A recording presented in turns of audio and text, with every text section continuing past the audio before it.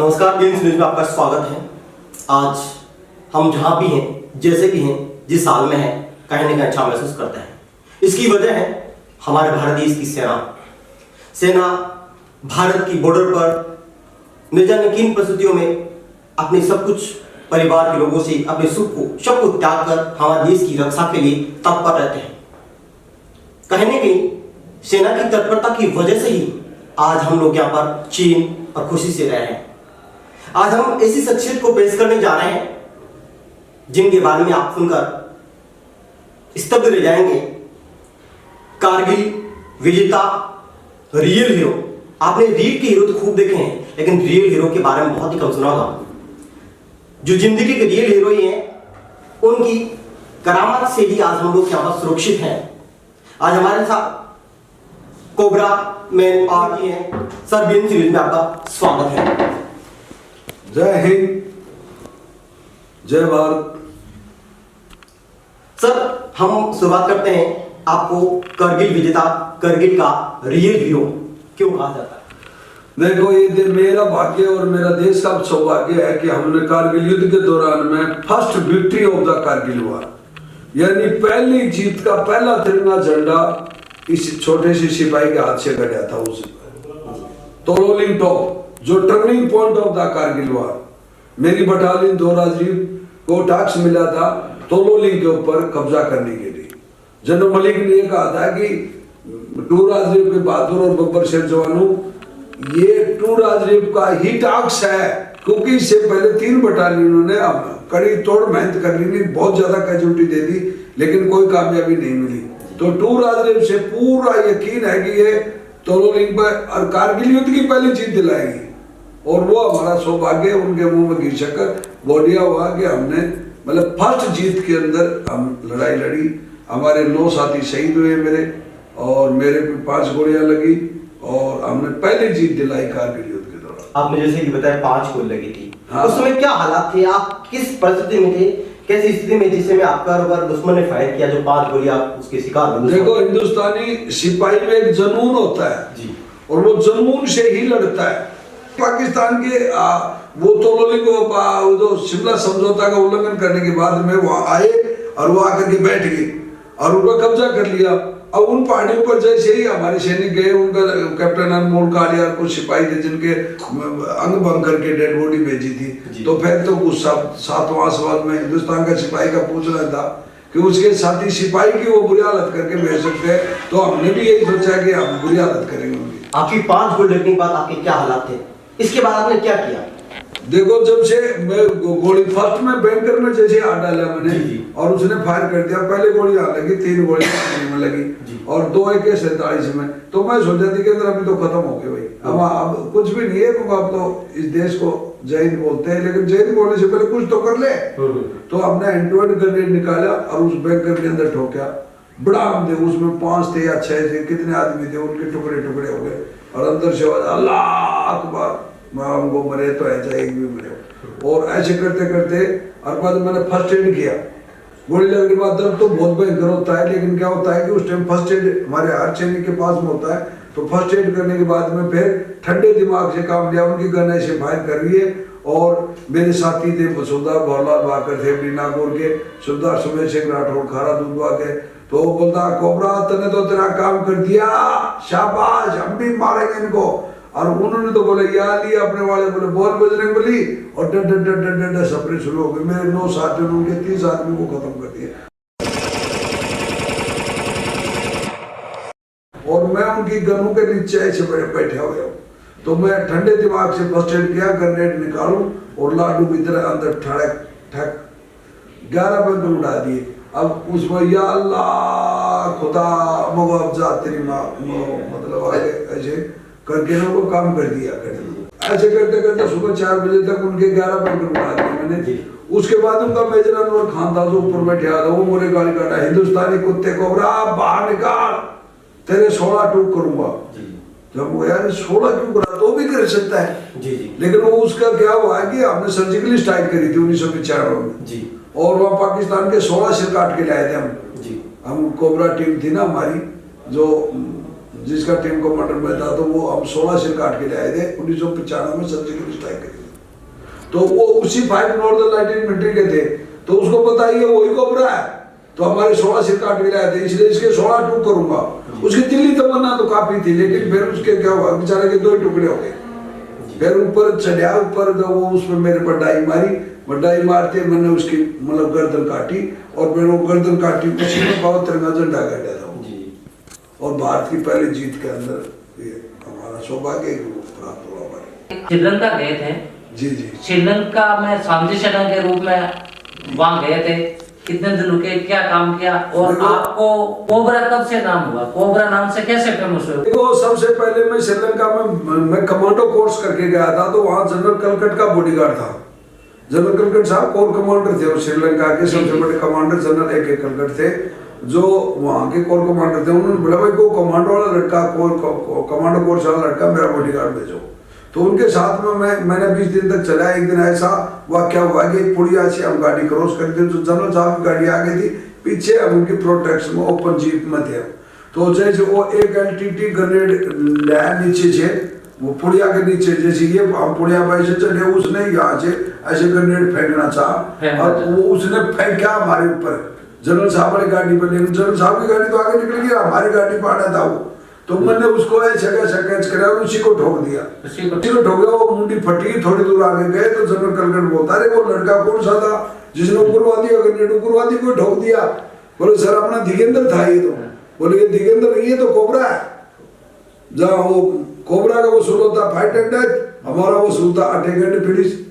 तो ऐसे काम हुआ था। कोबरा नाम वहां पड़ा था मेरा 1988 के। वो मतलब रियल ट्रेनिंग थी, वो दुश्मन की रियल ट्रेनिंग थी, जो वो हमने एलटीटी जो के वर्ल्ड के टॉप उग्रवादी थे, उनसे हमने बहुत कुछ सीखा, और उसी की वजह से प्राप्त करी। तो ये वो जरूरी था हमारे लिए कि भाई हमने श्रीलंका के अंदर मतलब वो ऐसी वहां क्या वो उग्रवादी बहुत खतरनाक किस्म के एंटिटी थे, और उनके मतलब वहाँ कई ऐसे ऑपरेशन हुए जिनके अंदर मैंने अच्छा काम किया, और वहाँ मुझे चीफ ये मेडल भी मिला, चीफ कन्वेंशन कार्ड वहाँ मिला मुझे श्रीलंका से। ये मिलना तो चाहिए था इसकी जगह वीर चक्र मुझे, लेकिन वो क्या हुआ कि भाई वो साइटेशन में हमारी जो लिखाई पढ़ाई होती ना, उसमें जो रियल स्टोरी वहाँ प्रस्तुत हमारे कमांडर कर नहीं सके। बाद में पछताए वाले बोले यार तेरे तो ऐसे कराया था, मैंने ऐसे लिख दिया, तो वो ऐसे मिला।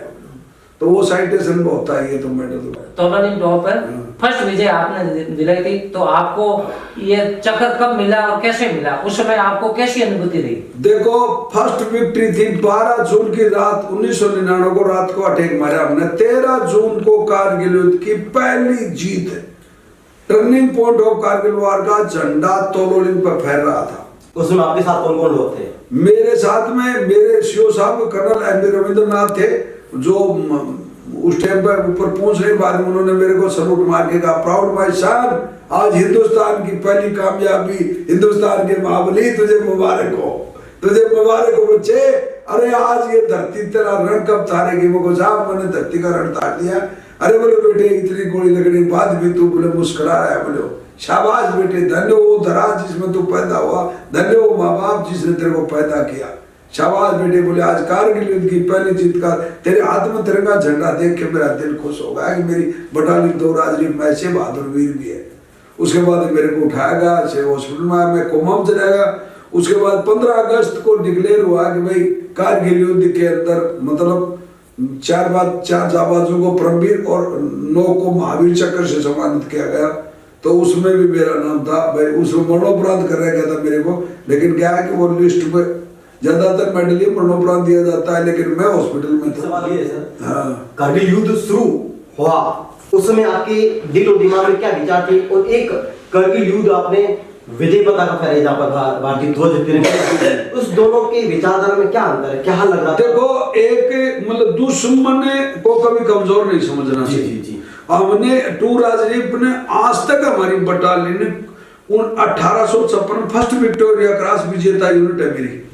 मैं बहुत भाग्यशाली हूँ कि सबसे बहादुर बटालियन का सिपाही हूँ मतलब मेरे जैसे वहाँ 864 सिपाही है आज भी। बहुत अच्छी बात। जी जी।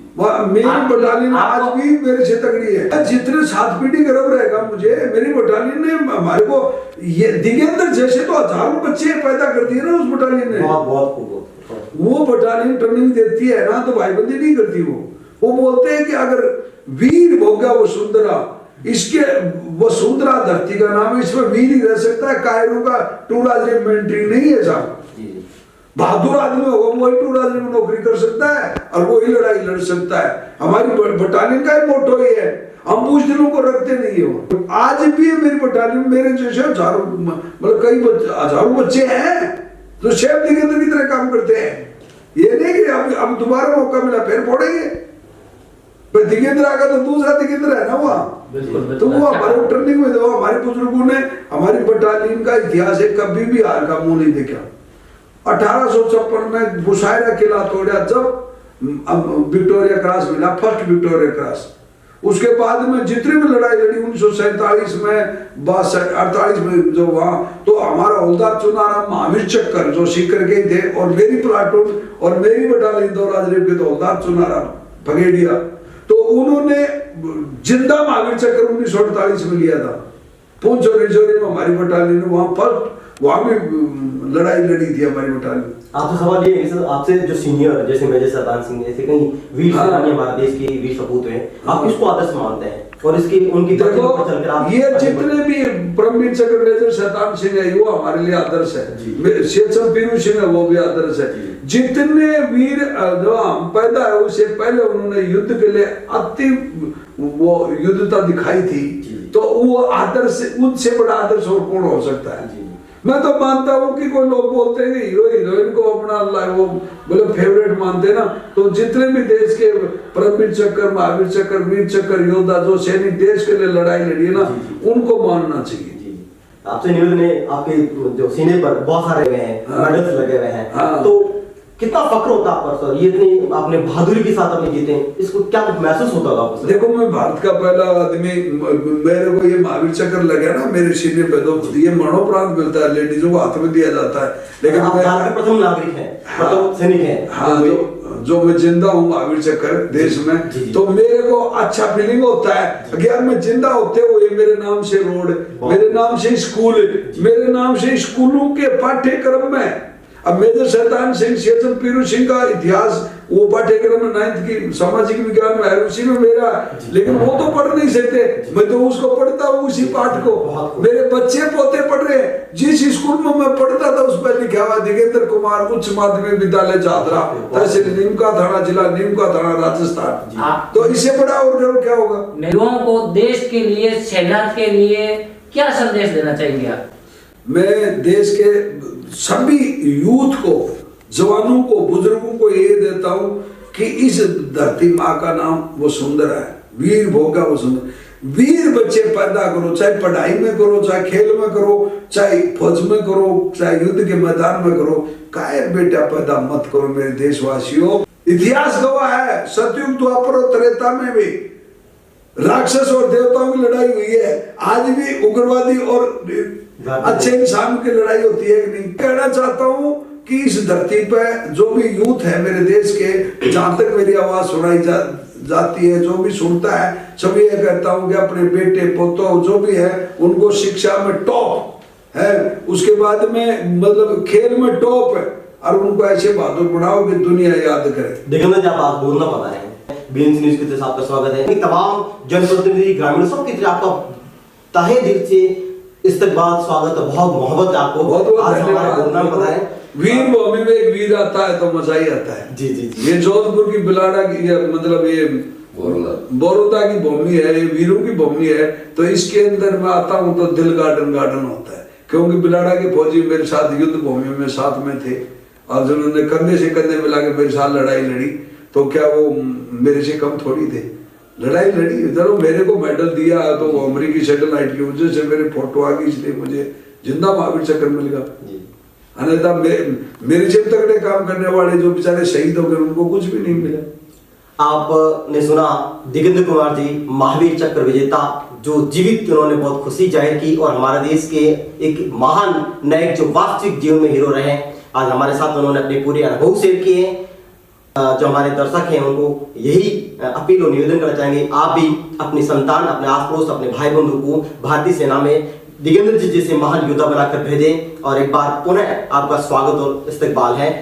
कैमरामैन गंगाराम लखारा, सोमलाल वैष्णव के साथ कृष्णा राम, BNC न्यूज, बोरुंदा।